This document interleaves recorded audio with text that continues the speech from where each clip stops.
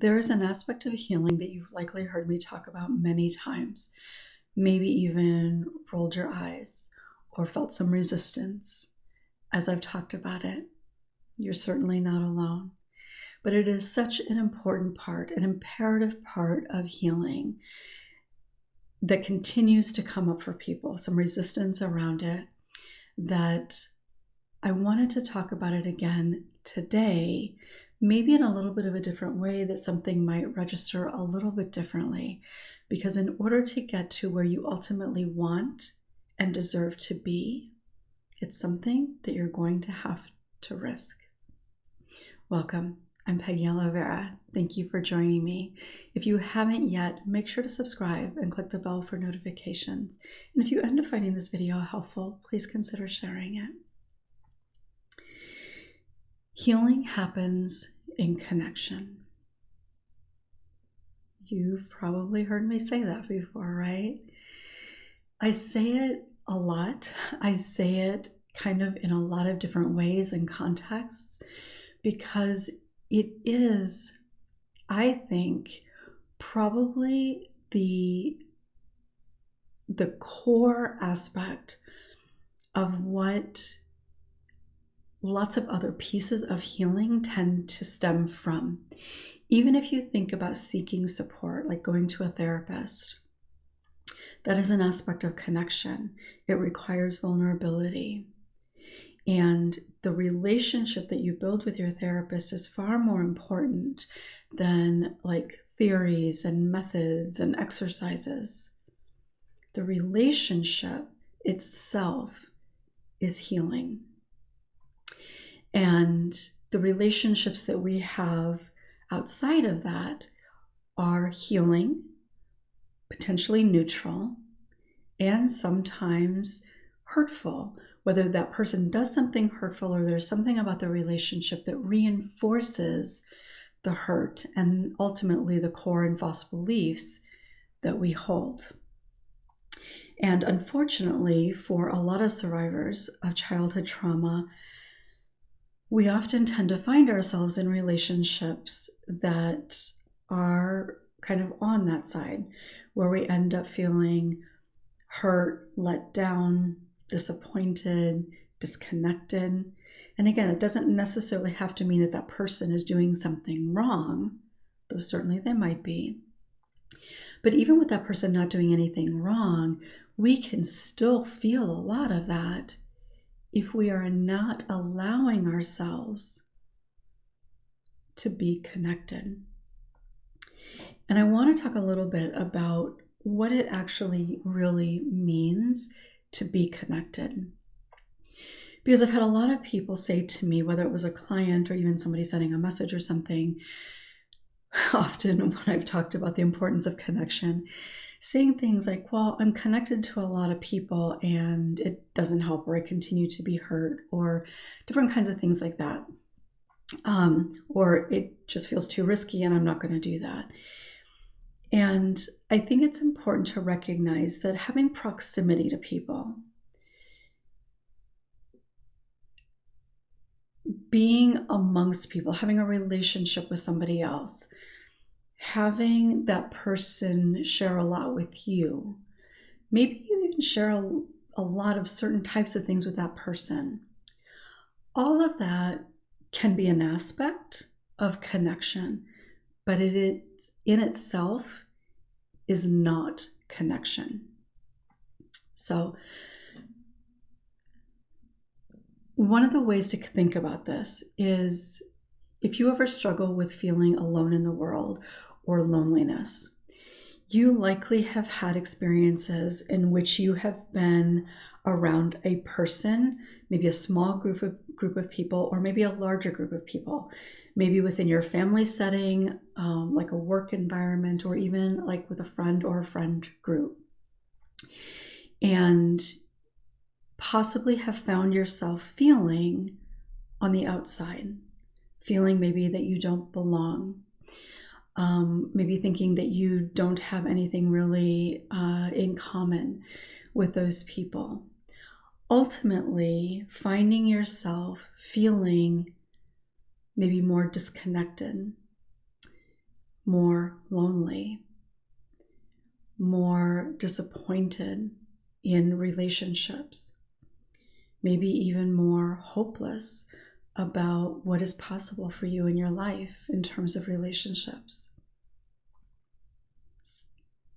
Does anything come to mind? This is such a common experience for, I think, a lot of people to have generally, but particularly for people that have experienced childhood trauma, in part because we likely, most of us, have lived much of our lives, our childhoods in particular, from a place of secrecy and shame, because secrecy breeds shame. And when we are connected to those experiences and feelings, no matter what is going on around us, we often feel separate from. And there are a lot of reasons for that. But even if we're engaging and maybe even laughing with people and that sort of thing, we can come away from those experiences feeling even more alone in the world. And that can happen in large part because you feel like you believe that you shouldn't be feeling that way because you were just engaged, you were just laughing, you've got all these people around you. So what is wrong with me that I still feel this sense of disconnection even though I'm around all these people? So that reinforces some of those core beliefs of not being good enough, not being worthy, not being liked. It reinforces the sense of being different and separate from. So in that reinforcement, it makes it more likely that you will do things to not want to feel particularly engaged or particularly vulnerable. So connection is not about proximity. It's not about being around people or having people around you. Connection isn't even necessarily about engaging with other people, especially not for the sake of engagement. Now, depending on how you're engaging, yes, it can be, but simply the act of engaging with one another by itself, that does not create connection. And again, that can sometimes lead to feeling even more isolated, more separate. And this time of year that we've just kind of come through, one of the reasons that it can be so difficult for people is because of that sense of, maybe I've just been around all of these people, or I should be around all these people, or I should have this big family, or whatever it is, but the shoulds, right? I should do this, I should think that, I shouldn't feel that, whatever it is. And that reinforces that sense of being different, of not being good enough, of separation. So being able to recognize that connection is not simply those things is really important, because if you continue to believe that those things are connection, then you end up believing that connection doesn't work for you, that connection is not going to help you heal. In fact, likely believe that connection makes things worse, that is actually what is creating some of the difficulty that you might have. So part of the reason that I am wanting to talk about this is that in my work, my relationship that I have with my individual clients is very much about connection and being able to trust in that sense of connection. And I think that's true for all people that do work around healing. That is a really important part of that. But it's also thinking about the reality of what it means to experience connection and what circumstances have to be present in order to experience connection. So I'm thinking about this because I'm thinking about the gathering that I held. And I've done different types of groups at different times over the years, originally in person and then virtually. But what is so just amazing, and I think surprising for a lot of people, is that how much people can feel connected in even just a one-time experience.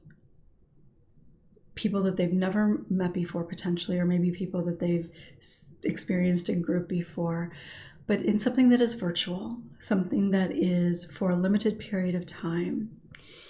And how in that environment it can create the sense of being okay, of being accepted, being supported, feeling safe. All of those things are a part of connection. And therefore, because those things are able to happen,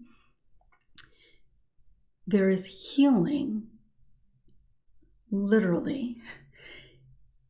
Healing is taking place in that experience, in the recognition that they're feeling vulnerable,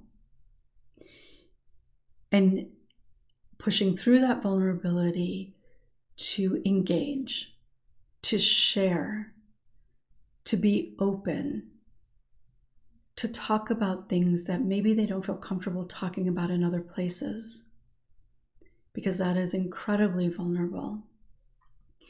But it is through that vulnerability that other people recognize, oh, I'm not the only one. Oh, it's okay to share that. It's okay to feel this. I can do, think, feel all these things, and I'm not judged, and I'm not alone. It doesn't mean that there's something wrong with me. I can accept this person and feel empathy for this person without having to pity them. So therefore, is it possible that that could happen for me too? And that is what healing and connection can look like. And that's what happens in the therapeutic relationship as well. When you are sharing yourself, your feelings, your fears, your experiences, and your therapist believes you and accepts you and doesn't judge you and supports you and enjoys you, that is connection. That is an opportunity for you to be able to feel and to experience, ultimately to learn to trust that you can be your full self with all your feelings and all your experiences and all the shame that you've carried. And that other person doesn't look at you any different. And in that, particularly if it's not a therapist, but maybe a friend or something like that, or like even in my groups, where this other person then, because you've been vulnerable, this other person may recognize that it's safe for them to be vulnerable too. And if they then share something, and it could be, it doesn't have to be related to trauma, it could be anything that feels vulnerable, that person then may feel safe enough to share. And when two people are sharing, the level of trust and connection that can develop is exponential, particularly like in a group setting. When people can witness that happening, blossoming in an environment, every person takes something from that.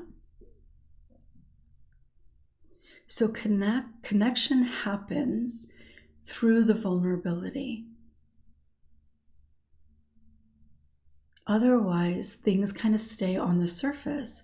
And you can be friendly, you can be friends, you can enjoy somebody. and it be at a surface level. It can be a genuine relationship and still be at a surface level or relatively surface level. Maybe you have a lot of things in common, but you don't allow yourself necessarily to be vulnerable. So you can have a level of connection with this person, but it's not connection in regards to the type of connection required for healing. And I would also say the type of connection required to feel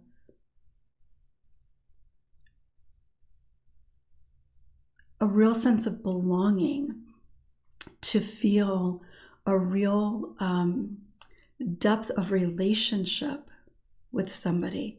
I keep finding myself wanting to say connected because that's what that is. But obviously I need to find a different word to describe that. But it is when you allow yourself to be vulnerable, when you allow yourself to experience support and acceptance and understanding, it begins to shift what you end up believing about who you are. So not only do you get to experience those things and recognize, okay, maybe I'm not alone, maybe I'm not crazy, maybe I don't need to be ashamed of this. That is very important for the healing process. But even more significantly, so that is a part of it, but ultimately, even more significantly, through that connection, you begin to shift what you believe about who you are. All those false beliefs, all those lies that you have believed about who you are, that you're unworthy, that you are responsible for the bad things that happen to you, that you are not good enough. As you create connection, as you feel that sense of connection, really somewhat naturally and organically, those beliefs begin to shift from I'm not enough to I'm enough in this situation, or I'm not judged. I am not as crazy as I thought. All of those things help shift what you believe about who you are. And with these beliefs, these original false beliefs that we have, they're so deeply ingrained. And I've talked about having to basically deprogram. That is the process. They're so deeply ingrained within us that we have to have experiences over and over again to really show us, for our nervous system to begin to accept the truth, the reality, that everything that you've believed about who you are is in fact not true. But until you allow yourself to be in situations in which you get to experience that, you will be able to continue to hold on to those beliefs. And a depth of connection can happen in various types of relationships. You may end up meeting somebody at work who becomes somebody that is your absolute closest friend, somebody that you end up sharing a lot of things that you never could have imagined sharing with another human being, maybe outside of a therapist. And that will happen if that person also allows themselves to be vulnerable with you. And I think it's important to recognize when you are thinking about being vulnerable with somebody, and this is where a lot of people end up feeling hurt sometimes, or actually being hurt in a situation, is that we want it so desperately. And that's not a judgment. We all need connection as humans. We shut ourselves off from it because it feels scary and wrong. But in order to live our lives from a very full and healthy, happy, whole place, we need connection in our lives. And because we are so desperate for real, meaningful connection, sometimes people will, and this, I wouldn't say that this is true for like the vast majority of people. It tends to be kind of how people kind of navigate their world. So there are some people who will find that they will share things fairly easily with people, sometimes even relatively new people in their life. There are other people who, even if they have somebody in their life who shared a lot with them, may not share really much of anything at all. So it's not, one's not right or wrong or anything like that, but there tend to be two different ways that people tend to approach it. And one group is over here and one group is over here. But when somebody is in this one group and they might share things fairly easily with people, that the people that they share with may not be the best people to share with. And unfortunately, if they don't really know that person very well, it might be too late. They might have already shared before they realize that that is not the best person to share with. So I think it is important to consider who you are sharing with. And generally, I would say hopefully a therapist is going to be a safe place to share with. Family can be tricky, honestly, because family dynamics are often kind of challenging.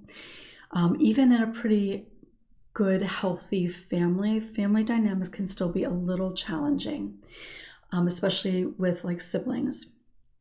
But it doesn't have to mean that you can't have your best friend be a sibling, but just generally speaking, it can be a little challenging. But sometimes people will share something that is vulnerable, and then that person doesn't respond well. Maybe they share what you've told them, that kind of thing, and obviously that's not going to feel good, and that's going to be a reinforcement that that connection is a horrible thing and you should never do it, which of course is not the case. So you do want to be mindful of who you are sharing with. And I think some things to consider, and I've talked about this many times before, but one thing that you can look at is how is this person showing up with you? Do they share vulnerably? Do they seem supportive of other people in their lives? Do they speak negatively, or are they judgmental about different kinds of things, or are they pretty open? So considering those types of things before you risk vulnerability is important.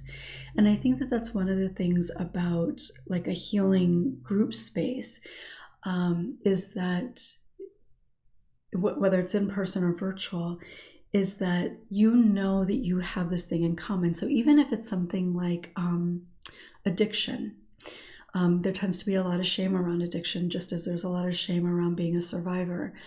And so like with any sort of group of people that you know everybody has addiction in common, yeah, it's going to feel vulnerable, especially if it's something new to you.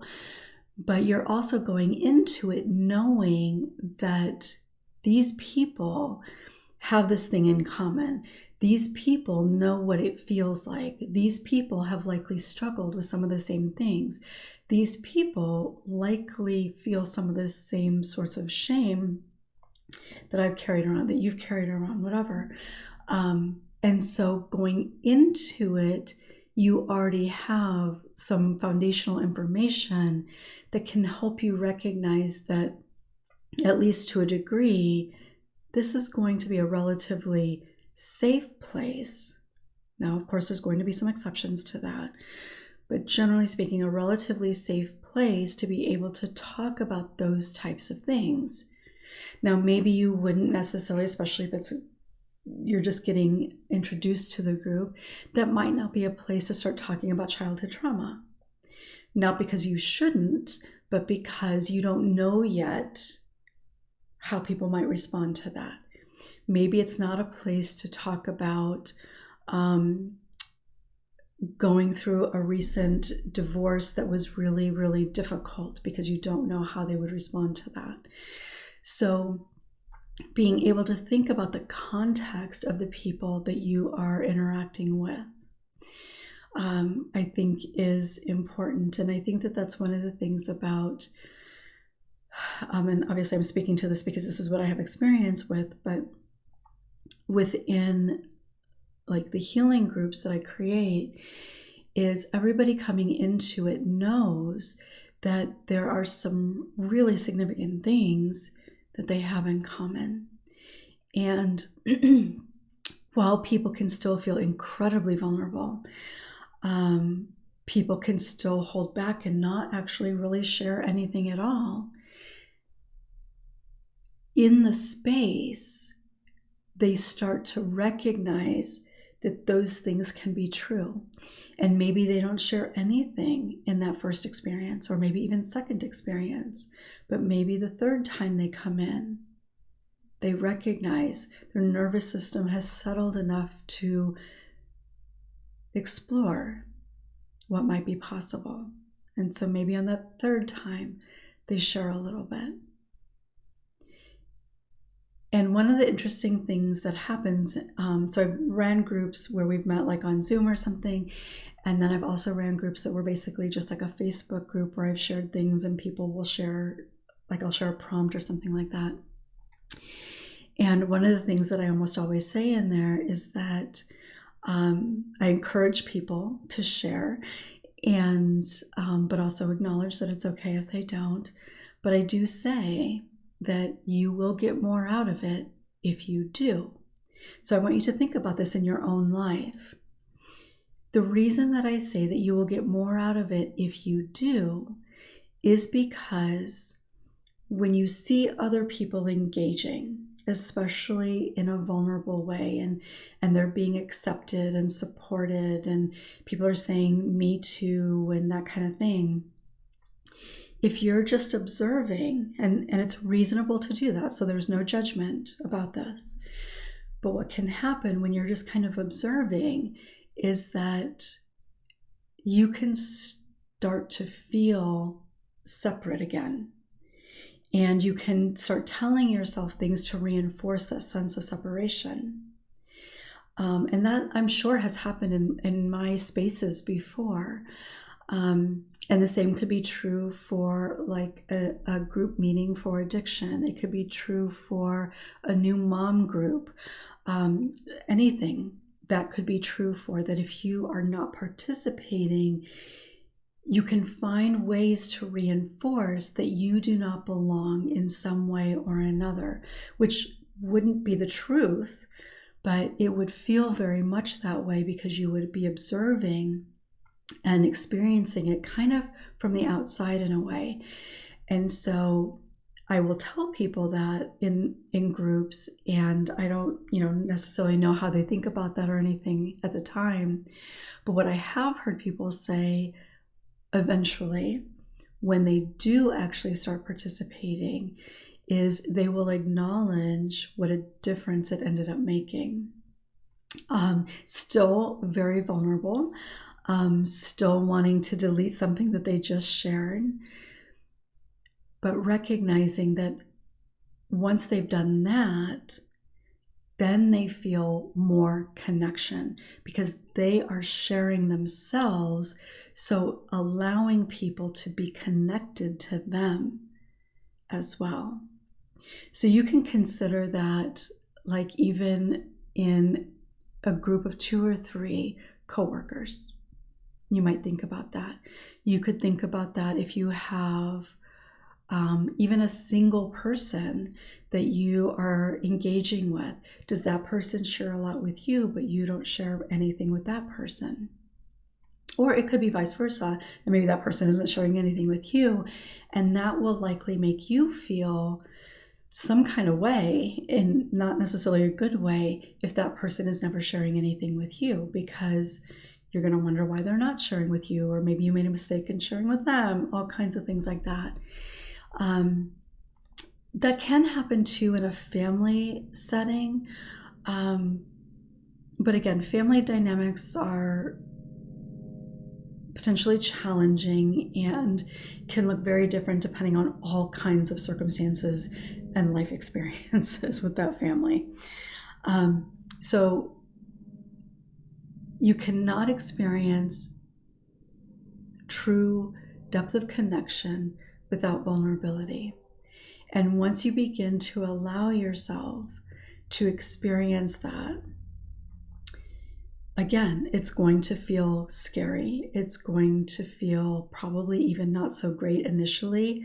Like I said, sometimes people will delete comments and that sort of thing. I know that this happens in therapy. I wouldn't necessarily say quite often, but certainly something that happens where somebody will go to a session and maybe share something that feels particularly vulnerable and then not return. Typically that happens because not only do you feel vulnerable for what you shared, but in that vulnerability, you end up feeling shame about what you shared or the fact that you shared it or what this person is going to think of you. And so oftentimes that can lead somebody to disengage from that person that they've been vulnerable with. And that's really unfortunate, quite unfortunate really, because what happens then is that it reinforces that it wasn't okay to share, which is not accurate, but it reinforces that. And if you never get to have kind of another situation with that person to help you see that you are accepted, that nothing has changed, that they don't judge you, that you don't need to feel ashamed, you're going to be able to continue to believe that sharing was wrong and pulling back was the right thing and safe thing to do. And it's unfortunate because it's then going to make it likely that you're less likely to do that again. And that is something that comes up a lot in my work, is kind of talking people through that and understanding what happened and different kinds of things related to that. But we need connection. We all need connection, truly, to feel whole and happy in our lives. We don't need connection with a lot of people.